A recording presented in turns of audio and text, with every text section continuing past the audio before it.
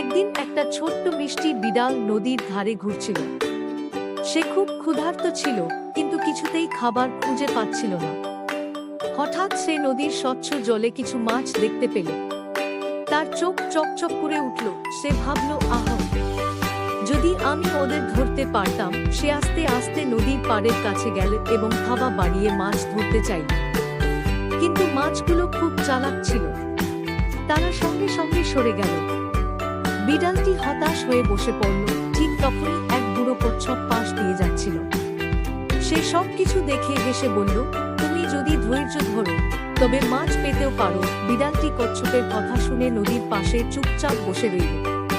কিছুক্ষণ পর একটা ছোট্ট মাছ পানির ওপর উঠে এল। সে দেখল বিড়ালটি ঝাঁপিয়ে পড়ছে না, তাই ভরসা পেয়ে কাছে চলে এল। সুযোগ বুঝে বিড়ালটি দ্রুত থাবা বাড়িয়ে মাছটি ধরে ফেলল। সে